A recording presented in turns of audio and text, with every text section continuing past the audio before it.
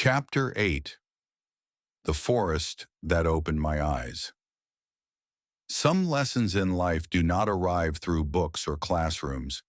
They arrive quietly, disguised as assignments.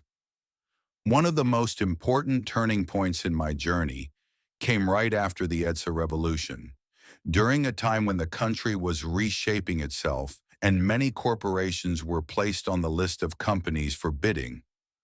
One of these was PCOP, the vast forestry operation in Mindanao.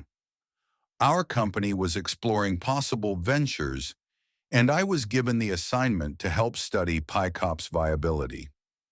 For someone whose world revolved around petroleum, refineries, terminals, finance, corporate systems, this felt like entering an entirely different universe.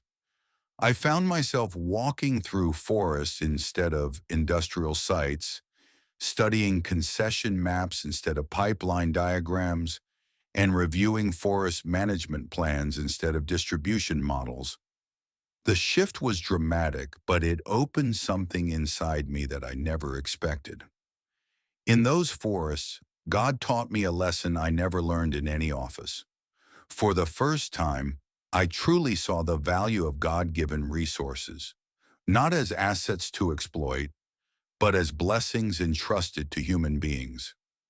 I saw how centuries-old trees stood as silent witnesses of time, how communities depended on the land, and how the forest lived and breathed as a single delicate system.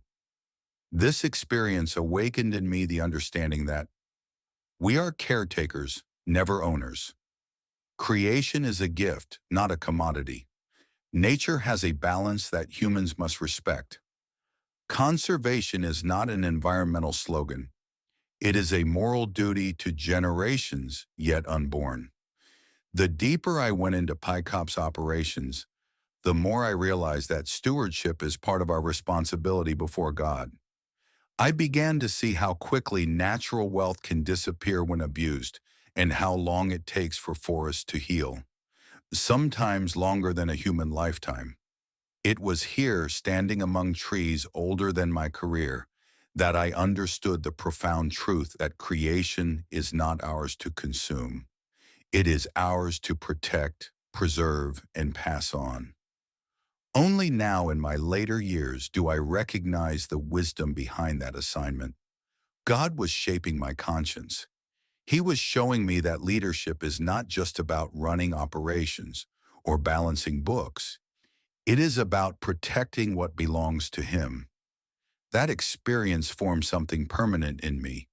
It taught me that progress without respect for creation is not progress at all.